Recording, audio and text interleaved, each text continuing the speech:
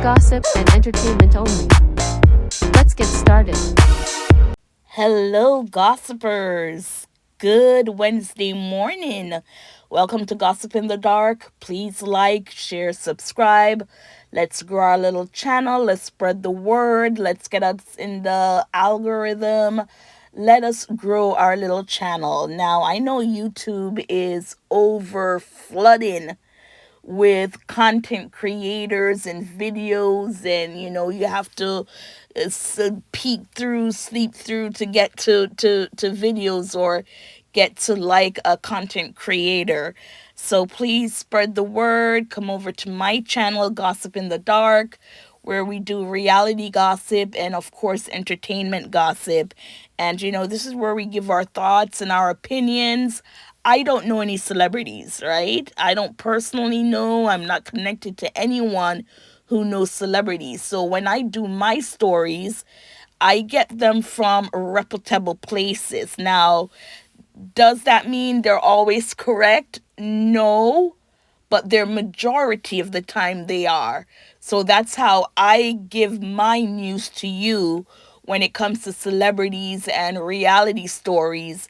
It's what I've seen, and some people, they might not have time to sit and watch for themselves, or if they're taking a trip or at work and they just need something to listen to, they can just come click on me, listen to, as I said, the latest in celebrity news, or if there's a major reality news that's going on, then you'll come here to listen to it. And that's the thing about social media and YouTube. There are so many different creators that you can pick, choose, and refuse, right? But I want you here. I want you here. We want to grow. I want to get to at least 5,000 subscribers. It's like I'm stuck in the 2000s, and I've been doing this now for over a year. So, it takes time. It takes time to grow, but it would be nice to see us advance further than where we are. So, thank you again for watching. Thank you again for listening. Is there anything you want me to talk about? Any feedback, let me know. Don't be too harsh. But, just let me know, because this is something I enjoy doing. If I get to make money from it, fine. And when I say make money, I'm not looking at where you hear some of these, people are making. No, nothing like that. I mean, give me something where I can buy groceries or buy gas. But, that's it, gossipers. So we're going to talk about three quick stories this morning. And the first one is Sidney Sweeney. So the actress Sidney Sweeney. Now, I've said it before. Me personally, I don't think she's a great actress. She's okay. With the body of work that I've seen with her, she's just okay. She's not one of those actresses where you're like blown away by her performance. That's me, right? And she did a selfie, or she took a picture where she was not in full makeup. Now, with Sydney Sweeney, what carries her is her sensuality, right? She has the big boobs and the body, and when the makeup is on, it's like you're looking at a Playboy bunny, or the most beautiful girl in the world. That's what it would seem like. So you're seeing the picture there where it was posted, and look at the contour, look at her face, look at her nose. People are asking, did she have something done? The picture in the red dress, her face is longer. The nose is a little bit more straighter, while the picture in the black, you can see the face is a little more round and plump. Maybe she lost weight, and then again with makeup, it's all about contour, and you're gonna look different. How many celebrities have you seen without makeup, and you're like, have mercy, put it back on? I mean, we don't want to judge, but it's true. Makeup does enhance your beauty, and sometimes it enhances the beauty 10 times more than what you actually look like. So when you do get rid of your makeup, you're like, this is a totally different person, right? A perfect example, look like a Oprah Winfrey.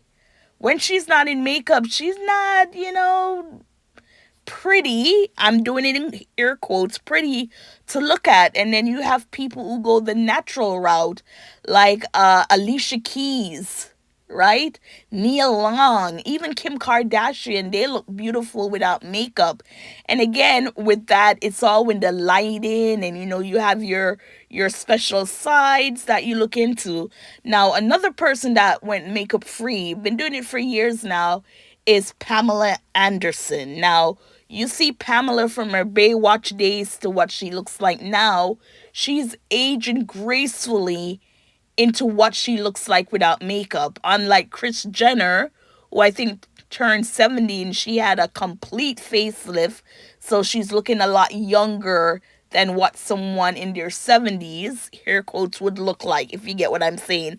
So Pamela Anderson, it's all about your diet, your workout routine, everything like that can still have your face looking good as you mature.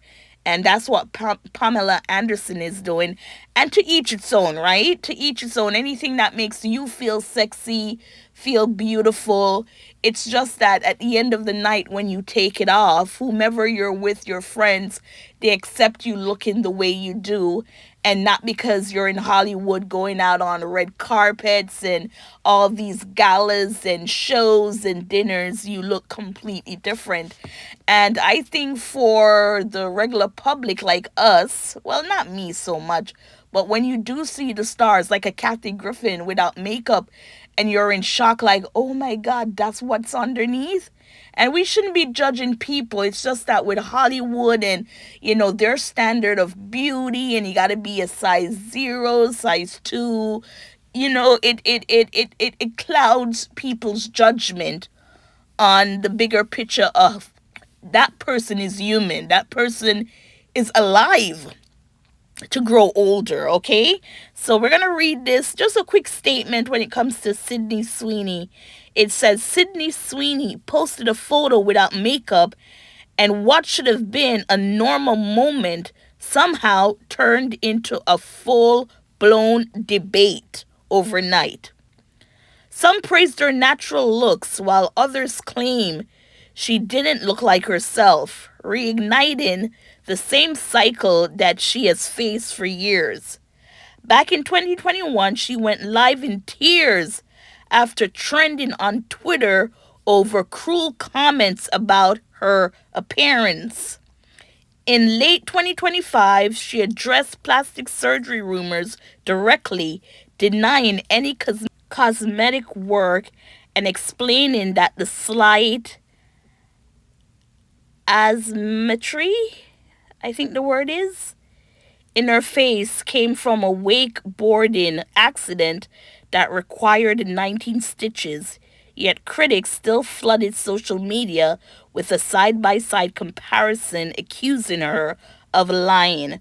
So it would be my left, your right. You could see her cheeks. I don't know if that's where she had the accident. So let's continue with the read. It said, before moving to Los Angeles, she rarely wore makeup at all and has been spoken openly about struggling with severe cystic acne, even wearing band-aids to school because of it.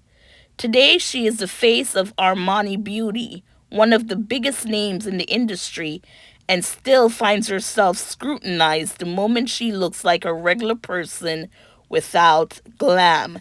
And, welcome to Hollywood. That's what it does, It gives the illusion that you're perfect and gorgeous and she's cute.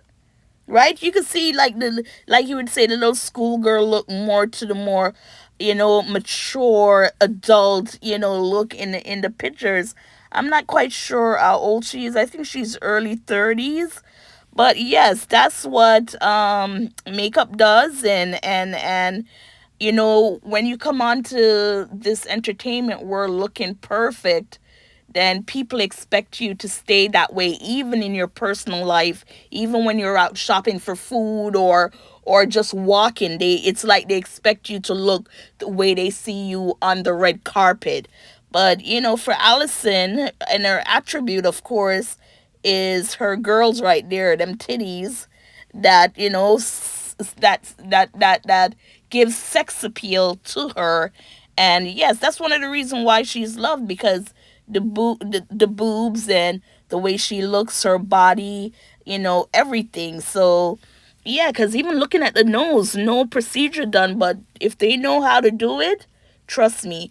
I remember growing up and I did not like my nose. I think I have a flat nose. I've done a video chat before, but if you go way back, I want to come back on video. But you got to feel confident in yourself to do that. But yes, I had flat nose and I always wanted to straighten my nose. And then, the older I got, I was like, what the hell? Yeah, come on. I'm cute. I'm cute. But anyway, that is for Sidney Sweeney. So, it's the pressures of Hollywood. And, if you want to stay on top, fit in, you have to play the game. And if the game is looking gorgeous, beautiful, skinny, showing your assets, then, you're going to have to learn how to deal with it, work with it, live with it in that sense. If not, then don't leave your house, because people are going to judge you no matter what. So we're going to go into the next story, which is the Breakfast Club. Yes, so you're hearing the Breakfast Club. Apparently, they are no longer on YouTube. And I kind of realized it when I came in and I didn't, see anything pop up for the Breakfast Club. Even at work, I was like, what's going on? And if they do have anything, it's not a full show. It's like snippets, right? Like a little 3 second, not 3 seconds, 3 minutes. Basically, they're telling you to go to Netflix. Now, did I know they were moving to Netflix? No, I don't think I knew, but I was listening to another content creator and he mentioned it. He is AT2. I heard him mention it and I was like, yes, really? I haven't seen them. And so I went in and looked it up myself and I saw yes. So right here it says the Breakfast Club has significantly reduced its YouTube presence due to new, exclusive, and lucrative deal with Netflix, moving full long form episodes to that platform. This transition has limited their ability to post content on other social media, leaving loyal YouTube viewers feeling neglected. Oh, so if you want to see the full episodes, you have to go to Netflix. Now, not everyone is subscribed to Netflix, right? Netflix, too, is also a little pricey because I'm paying at least close to $30 for my Netflix subscription. And I've been with Netflix since they were sending out those CDs. Remember, you get your, not CDs, your DVDs. So let's see what it says here. Need to know. Move to Netflix. The show, under a deal with iHeartMedia, now features full episodes on Netflix, which has strict exclusive content rights. So, like I said, you'll see snippets like probably a 5-minute video or so, but again, you have to have a Netflix subscription. It says YouTube impact. As confirmed by co-host Just Hilarious, the shift means they cannot post full clips or shows on YouTube, impacting their digital engagement. So I'd like to think they got a good amount of money for that, right? If now you can't even go on any other platform, if you used to post on your Instagram, TikTok, Facebook, you can't do that anymore. It says where to watch. Okay, so while many, though not all, videos are being pulled, you can catch up on the show via Netflix, iHeartRadio, or listen to the podcast on Spotify. Wow. So, yeah, that's basically it. So, The Breakfast Club now is on Netflix for full episodes. I'm going to see if I can find the post with who they said Just Hilarious explaining what is going on. So we're gonna close out with the Sharon and Kelly Osborne. I ain't gonna lie, yo, since This Breakfast Club been on Netflix. Man, our engagement, our people be all the fans that we built up over time, or that they built up. I just got here. That they built up over time on YouTube. Oh my God, they feel neglected because Netflix was like, nope, we want all of it. Y'all can't have no other social media presence. None. So now we gotta find other content to do that can go on our other platforms. But it's okay because Just Hilarious got that in a bag, shorty. So make sure y'all tune into Just's Thoughts. So you heard some of the things that Jess said, I should say, losing some of their subscribers, it's new. People will have to get used to it. And again, you need to have a Netflix subscription. So how's that going to work for their audience? If they don't have it, then it's just and the Breakfast Club, the radio show, because we have the movie The Breakfast Club. The radio show has been on for what, 15, 16 years, and it's a staple. So to see that, they're still on radio, it's just not on YouTube. So go get your Netflix subscription if you're a big fan and you still want to follow. Now we're going to close out with Kelly and Sharon Osborne. Now, Kelly and Sharon, they went to an award ceremony where Ozzy Osborne, father and husband, was being honored because, Ozzy died last year. So they went. And Kelly, she is not looking good. Now, the way we are used to Kelly, yes, she was a chubby person, right? She could have lost some weight, fine. But this now is drastic. It's beyond drastic. And you have people who suffer from like anxiety, not anxiety, anorexia, bulimia, to lose weight. And for them looking in the mirror, they still see this chubby person, or this, I don't even know if I can use the FAT word anymore. I said it, but I'm not sure, because with YouTube you got to be careful. But again, yes, Kelly was chubby, you'll see the pictures, but she could have lost some weight. But again, as I said, this is dramatic. Now, people with eating disorders, like I said before, they look into the mirror and they just see a big person. So even if they're down to skin and bones and you're telling them you need to go get help, you need to find a nutritionist, or you need to get therapy, things like that, we see it, but they don't. And they continue on that path, and then unfortunately sometimes it does not work out for them because they lose their life thinking they're still this size when they're not, and they're at to the point where they need to get help. So with Kelly, I'm not quite sure. I know they were talking about Ozempic and stuff like that, but I think in 2018 Kelly did have gastric bypass sleeve surgery, and I think she lost like 85 pounds after that, and she looked great. She looked very great. Now let's read up what it says here. It says, following her surgery and pregnancy with her son Sidney in 2022, she focused on cutting out sugar and carbohydrates. You know the word, carbohydrates. There you go, carbohydrates, specifically after a gestational diabetes diagnosis.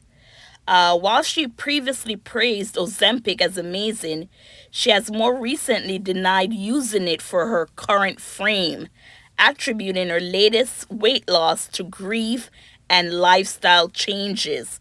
Now, she's saying her dad died in July of 2025, and of course, grieving can be part of it, but Kelly was like this before her father's death. Now, I know the father's death and, with the lifestyle change, might have switched somewhat, but no, she was skinny and looking a certain way, more mature before her father died.